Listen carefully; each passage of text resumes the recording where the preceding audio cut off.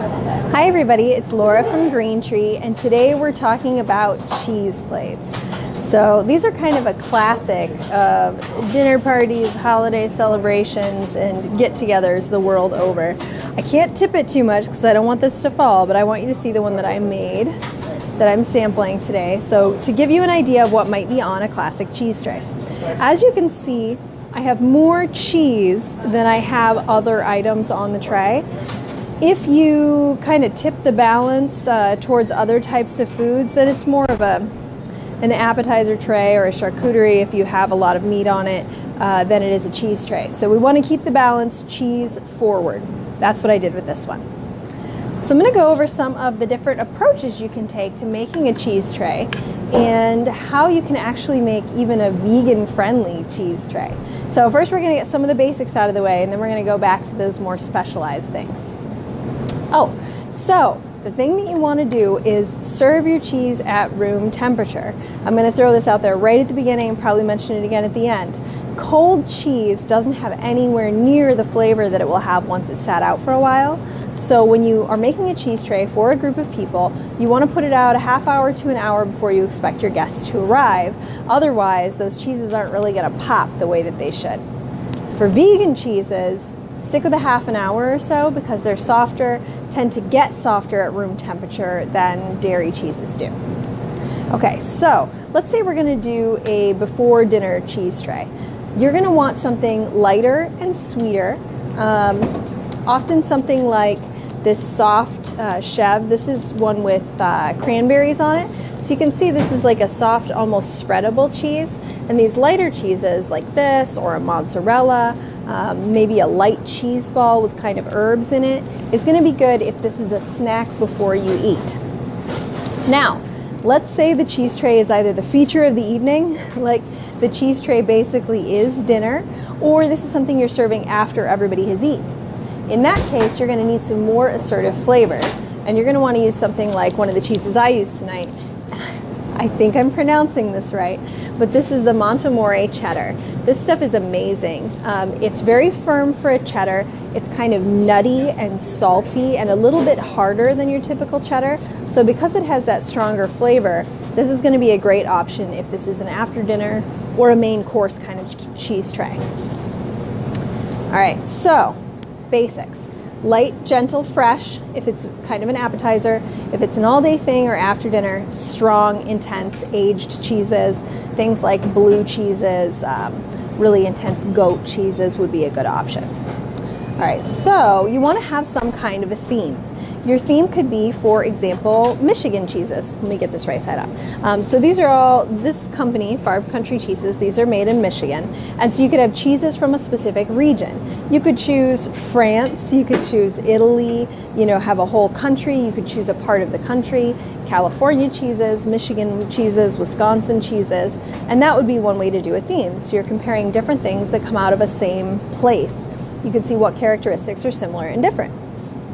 Now, if you're only having a few cheeses, it might be easier to just do a small variety. 3 cheeses is pretty typical for a snack cheese tray, and that's what I did today. So I did a creamy soft cheese, which is this Farm Country Jack, a nutty strong cheese, the Montemore cheddar, and then you want something that's maybe a little bit different. And I actually went with a spicy vegan cheese. This is a jalapeno Havarti style vegan cheese. And having that one more assertive cheese means people can enjoy what they normally like, whether that's soft and mellow, kind of aged and salty, or they can go in and dabble a little bit with this new unique flavor. And it's a good idea to have a cheese that people will be comfortable with, whether you're only doing a couple, say 3, or a big spread of maybe 6 cheeses. So in this case, most people are comfortable with a variation on cheddar or something like Monterey Jack. So you actually have 2 pretty comfortable choices, but this one's a little more outside of the box, and that gives everyone something they can comfortably snack on. So here's a really important one, especially if you're doing a variety of very different cheeses. Have multiple utensils. If you have one set of tongs or one knife, all of the cheeses will start tasting like each other after a little while, especially as they've come up to room temperature. Everybody's kind of digging in there with this one thing. So you want to have multiple utensils on your tray, especially if people have to cut the cheese themselves. If you've got something soft that people are spreading, if everyone's using the same knife, everyone's going to be tasting the same thing. So don't do it. Just be prepared to watch the extra fork or knife or whatever. There we go. All right, so the only thing on the tray is not going to be cheese. You want something else that's going to provide a contrast, or else your palate is going to get kind of overwhelmed, going to get a little mucusy, and it's just not going to be nice. So you typically want some kind of a edible serving item, which in this case, I used a couple different kinds of crackers. I used a classic glutino cracker and a Mary Scone cracker multi-seed cracker. Now, the reason these two are good choices is because one is very mild. This is great with unique, strong tasting cheeses like the Havarti that I showed you. The other one has a lot of flavor of its own. This is great for the people that are going for that country jack. It's a mild, creamy cheese. It doesn't have a ton of assertive flavor, so you can have an assertive cracker. If you're gonna have only one or the other, have a mild cracker or bread that's not going to take away from the flavor of the cheese, okay? If you're gonna have a couple, then you can go adventurous. This is the basil garlic flavor, so this has a lot of taste on its own. That is very important. Your vehicles cannot overpower your cheese, or else it might as well be a cracker plate. Now, you can also go sweet or savory with these items that are going to kind of cut the cheese flavor and clear the palate between people trying different cheeses. I used olives today because olives are a great salty thing that you can put on there. Any kind of pickled or salty vegetable like this will work well. Olives, pickles. If you want to get a little more outside the box, you could try like a pickled asparagus. This is something that's going to give you that tangy sort of cleansing thing going on.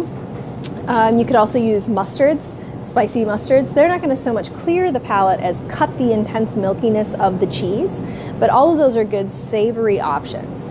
Now, you can also go more the charcuterie route and include some meats on your tray, in which case you might want to use something like, this says trio.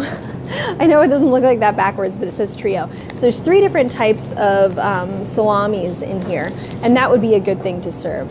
Thin sliced deli slices or summer sausages would also be good. Prosciutto would be good. And if you want to do a vegan tray, you can do something like the tofurkey deli slices, or you could do a pate. So a pate would be great with a meat and dairy containing cheese tray, but you can also make a great pate out of a nut like an almond and have that be one of your items in order to kind of cut the intensity of that dairy flavor. Because even non-dairy cheeses tend to have quite a bit of fat to them. So those are some of the options on the savory side. But you can also have a sweet tray. This is nice if you intend it to be a dessert, or say you're having it with maybe white wines instead of reds. If you're having a wine and cheese night, you might want to go the sweet route. You can do things like sliced apples and pears that'll stack nicely with that cracker and the cheese. You could try something unique like the chutney. This one right here is a sweet mango chutney. So it's a little bit tangy and sweet at the same time. It spreads nice like a jam, but you could also use a jam. Any kind of thing like that with the fruit flavor forward will work well. Berries, grapes cut in half. These will be things that will cleanse the palate, go well with the cheeses. Toasted nuts, candied nuts, those are all sweet things. Now, when you're adding these items to the dish, I used a tray, I'm going to pick this up again and show you, that has divided sections. So you can see these olives aren't going to get juice on the cheeses because that's not appealing and it makes a mess. Another sweet item that I used was coconut date rolls. Dates and figs are great on sweet cheese trays. In this case, I was giving you a variety, so I've got a sweet and a salty. But again, this is something that's sticky and can make a mess, so it's separated from the cheese by these sections. If, however, you don't have something like this with all the sections, you could take little dishes and nest them in amongst the cheese in order to keep these items from mixing together. Or if you have a very stinky, intense, nasty cheese, because some people love those, they can be really good. Also consider putting those in a little separate dish or on their own plate. Otherwise, they're going to overwhelm the flavor combination that you have going. So those are some sweet and savory combinations that you can do. Let's see. trying to run through my tips to make sure I'm not forgetting anything. I'm going to check my notes here. Oh, last little thing. If you want to go fancy with your cheese tray, I suggest labeling it. If you're going to have more than 2 or 3 cheeses, you are going to get sick of going through every night and being like, yes, this is the fancy cheddar. This is the spicy Havarti cheese. You don't want people eating that by accident. Oh, that one's the goat cheese. The other one is a feta. You don't want to have to do that all night long. And little labels will make your cheese tray seem much fancier. You can get little toothpicks that have kind of a flag on top that you can write on. But if you don't want to go out and get anything, or if you just decided at the last minute that you have time to make labels, I suggest just getting a piece of cardstock. I don't have one here to show you, but so imagine you have a little piece, like a little rectangle of cardstock, and fold it in half so it makes a little tent and stands up on its own. Then you can just go ahead and write what the cheese is on one side of it and stand them around the platter. And that's a really cute way to kind of make it seem fancier and save yourself a lot of time answering questions about cheese. So finally, we're going to dip back into how you can actually have a vegan cheese platter. It's entirely possible. So the one that I did today was the Daiya Jalapeno Havarti. An example of another one that you could do would be the BioLife Just Like Feta. This actually has a really strong goaty flavor to it, so this would be an example of doing multiple different kinds of milk. Now, of course, in this case, there's no milk, but if you were going to do like a cow's milk and a sheep's milk or a goat's milk in your traditional platter, you could get a similar flavor combination by choosing different types of cheese from different companies when you were doing the vegan stuff. You can also, like I said, go ahead and make a pate, use a meat-free deli slice. All of the veggie options that I talked about are going to be vegan, so if you want to use your olives, your pickles, your pickled asparagus, the mango chutney would be vegan, jam would be vegan, grapes would be vegan. So you can easily accessorize the plate with vegan items. And then finally, I would suggest a cheese ball. That'll actually work whether you want the tray to be vegan or not. If this isn't going to be the fancy centerpiece of your whole day, throwing a cheese ball in the center surrounded by a bunch of different crackers is a great way to do a cheese plate. And I've never heard anybody complain that someone served a cheese ball. And the easiest way to make a cheese ball is to take a block of cheese. Well, this is a vegan block. You could do it with something like this. And cut it into cubes. And for about a cup of cheese, maybe a cup and a half, you want to take a food processor and add in anywhere from 1 to 3 tablespoons of butter, or if you're doing a vegan one, vegan butter. And then just pulse that until it gets smooth. Taste it. If you feel like it needs a little more butter, go ahead and add it. This is like the fastest way to make a cheese ball. You want to make it fancy? Throw in some fresh herbs, some toasted nuts, maybe a little bit of pepper or garlic. But seriously, about a cup to a cup and a half of cubed cheese, and then 1 to 3 tablespoons of butter, whatever kind you like to use, and you are going to have a beautiful, soft, moldable cheese. And then once you have that, you kind of form it into a nice little ball, roll it in some chopped nuts, some fresh herbs, anything that's going to give just a little bit of appeal to the surface.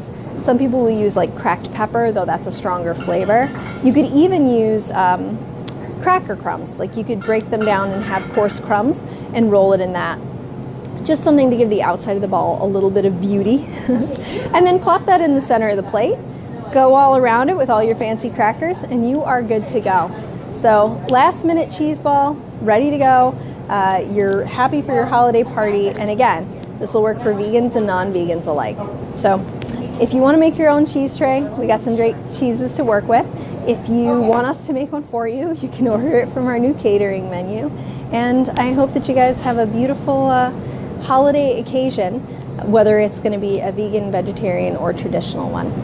And if you want to try these, come on down. I've got 3 different cheeses and a couple of different sides for the next hour or so. And happy Tuesday. Bye, guys.